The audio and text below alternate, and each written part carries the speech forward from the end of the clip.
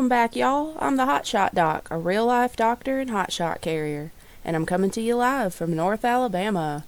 You know what's my biggest gripe about this industry? Trucking compliance will leave you running around like a chicken with your head cut off, but I've made it my mission to make this plain English. Y'all step on into my compliance clinic. Today we're covering one of the fastest ways to get put out of service as a CDL driver, drug and alcohol testing, and that ever-confusing FMCSA Clearinghouse. So this requirement applies to company drivers, owner-operators, and yes, drivers running under their own authority. If you miss a step here, you legally cannot drive. Those DOT folks will be all over you and give you an out of service faster than a fat kid on a Snickers bar. So where does this rule fall under? Where do they explain this in the FMCSA stuff? The 49 CFR Part 382 and the FMCSA Drug and Alcohol Clearinghouse. If you hold a CDL and operate a CMV in interstate commerce, these rules apply even if you're the owner. So let's break this down into 4 easy first steps. Before you drive, step 1. Join a DOT drug and alcohol consortium. These are also called a TPA. FMCSA does not allow owner-operators to manage their own random testing program. I mean, that would defeat the purpose of it being random, right, y'all? So that's where this consortium is really helpful, and make sure that you're compliant. You can't self-manage this. It's too complicated. You gotta have this third party to make this happen. Pro tip here. Sign up with OIDA. Their compliance branch is called CMCI, and they make this really easy for hotshot startups. They are a great all-around resource. The ladies have always been nice when I call over there and need to talk with them, which every time you hire somebody, you got to call over and talk to them. So you need somebody you can work with. That's one of my favorites. So what does that consortium even do? They handle random selections, they do testing notifications, they schedule at local sites nationwide, and they also provide record retention because this stuff has to be kept for 3 years. So once you've joined that TPA, the next step is to register in the FMCSA Clearinghouse. You need 2 accounts, a motor carrier account and a driver account. Even if you are the same person, both of these accounts must exist. So once you've gotten all signed up at both of these places, the next step, step 3, is the pre-employment drug test. So this is when we're actually getting into the testing. You got to sign up. You got to have this third-party person. We've got all this online computer work. Once you've done that, then we can actually get to the testing part. So before you drive, before you hit the road, you have to complete a DOT urinalysis drug test. It must be conducted at a DOT-approved collection site, and the results must be negative. You cannot refuse this. A refusal does equal a positive in this world. You just can't do it. So, once you've done that drug test, this applies to new authorities, owner-operators, lease drivers, company drivers. If you're a CDL and you're driving, you got to go pee in a cup. They got to make sure you're not on anything. One question that we get asked is, I just graduated from school, they just ran a drug test on me, do I still need to do the pre-employment drug test? When we had our new entry safety audit, this was the only thing that we messed up on as a brand new company, and it may be state to state, officer to officer, but that particular inspector wanted us to actually pull a pre-employment test, even though this guy had quite literally just had the test done by the school like a week before. So you treat it as a new person every single time. Just spend the money. You'd rather spend it on a little drug test and this consortium you already have to be a part of than to have to deal with fines and out of service risk, all that mess.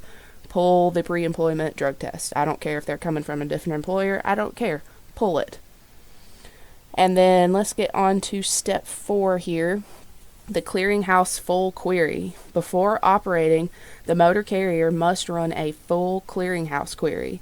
That requires electronic driver consent, which again is all going to be handled by this third party that you've hired. And then it's going to be a review of your violation history. Owner-operators, yes, you must query yourself. Driving without this is a very serious violation. Once all 4 of these steps are completed and passed, you are officially cleared to drive. But that being said, you do have ongoing and annual requirements. So what did those look like? Once a year, as a CDL driver, you have to have a random drug and alcohol testing. So once a year, this third party, and that's that random thing that they fulfill, this is why you can't do it on yourself, they will reach out to you, ask where you are in the world, and they'll set up a drug test to be done, I believe, within 48 hours of them notifying you. The FMCSA minimum rates are 50% drug, 10% alcohol, so you may get pulled more than once, but at least once a year. Your consortium manages the pool, but you must report immediately when notified. Missed tests count as refusals. Refusals count as you didn't pass. Owner-operators are not exempt from this. Once again, this is why you have to have this third-party person. Post-accident testing. So this would be you've been in an accident. It doesn't matter. I believe you have to be at fault, but different companies have different rules. Post-accident testing is required if a fatality occurs or you receive a citation and there is a towaway or an injury requiring medical treatment. So serious stuff. Some companies, like I was saying, have different regulations. This is what the government requires at a very minimum. So if any of those types of fatalities, towaways, or an injury with medical treatment, you're going to be pulled for testing. Go ahead, get it done. It'll actually help you because you shouldn't be doing drugs and driving. You shouldn't be drinking and driving. If you can prove that you weren't on anything, then it'll help the case and probably help you keep your license, help you keep the standing in the company. You never know. There's some crazy drivers out there. Deadlines for this: alcohol test within 8 hours, drug test within 32 hours. So, and most companies will have a rule where if you're in some kind of violation or you get an out of service or they're in an accident, a very serious accident, they'll have forms you have to fill out.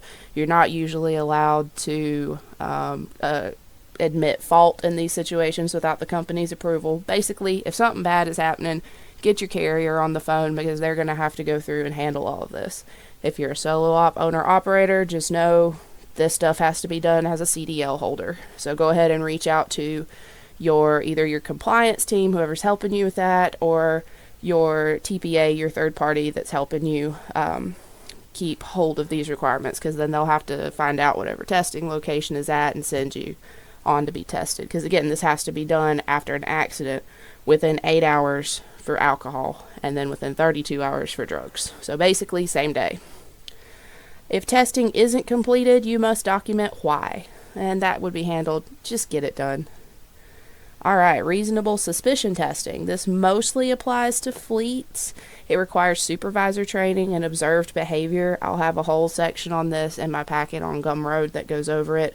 As owner-operator, you're rarely going to self-trigger this. Oh, I suspect that I'm on drugs. Maybe I should go and randomly test myself. That doesn't make sense to anybody, right? So this isn't going to happen. But you still need to understand the rule of what reasonable suspicion testing is. And if you're hired on under a bigger company, don't act suspicious. What is that saying? Don't be suspicious. Just don't do it. Don't be crazy. Alright, return to duty and follow-up testing. This only applies if a test is failed or refused.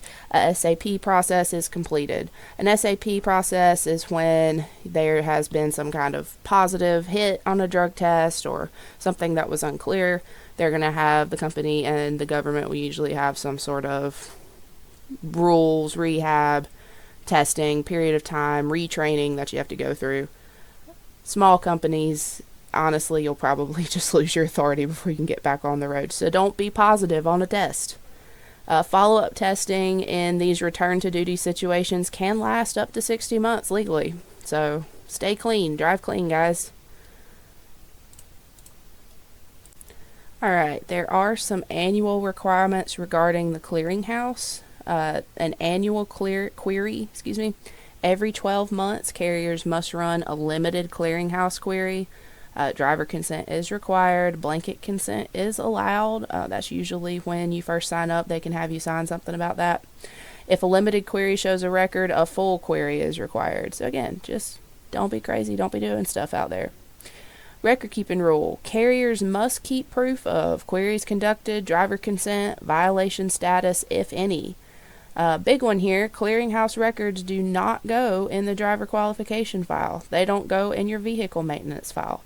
What you want to have on you in the truck is going to be the certificate showing that your company is enrolled in some sort of clearinghouse. Again, it'd be like with OIDA, the CMCI certificate that you're in the clearinghouse here and that's being handled. And then they'll also want a list of the active drivers within that pool. And you want the driver in the truck to be listed on that list of active drivers. Makes sense, right? And then the only other thing you want to have in the truck concerning drug and alcohol is the tests that show that you were clear. So it'll have the custody and control form. This is the form on top that shows who touched the sample, who touched the form, when, where, and why. And then the results will usually be the second page. You need both of those pages in your cab. Put those in that big metal safety folder and make sure you have a digital backup just in case. All right, we are wrapping it up here. This is one of those tricky compliance areas. People get very stressed out about this. This is why, you already need a third party to do it. So reach out to, again, like I said, my favorite has been OIDA. They've been great to work with. They love truckers and they are very easy to schedule and professional. This is one of those compliance areas where missing a single step means you legally can't drive. So go ahead, make sure that you are doing this right. Get this set up once, maintain it properly, and it becomes automatic. The way that I keep up with things is I will send myself either reminders in my calendar or I'll set a scheduled email. Sometimes I'll do both of these because my life's a little hectic and I can't keep it all straight. It will send that email and the calendar will go off and remind me, hey, this is that date that you need to go do this. Reach back out to them, make sure that this has been done by whatever date it was originally pulled within those 12 months. If you ignore it, the clearinghouse will shut you down faster than any roadside inspection, and the DOT officers do not play when it comes to this. Y'all, this is the Hotshot Doc. We are going to continue on in the next video talking about IRP and IFTA. I may break that into 2 videos. It's a lot of information. Keep going with me. Don't forget that I have this fully written out in the packet on Gumroad. That's in my link, my bio, whatever they tell you to do. Click like, click subscribe. I'm going to keep trying to make this stuff plain English. There's no reason for you to be getting tickets over stupid things like paperwork. If they're going to give you a ticket, they're going to give you a ticket that day. I've seen too many crazy things to think otherwise. But I'd like it to be for something we haven't missed that's really easy. Just a signed piece of paper. Make sure it's in there. Y'all, I'll catch you next time. Roll Tide and roll on.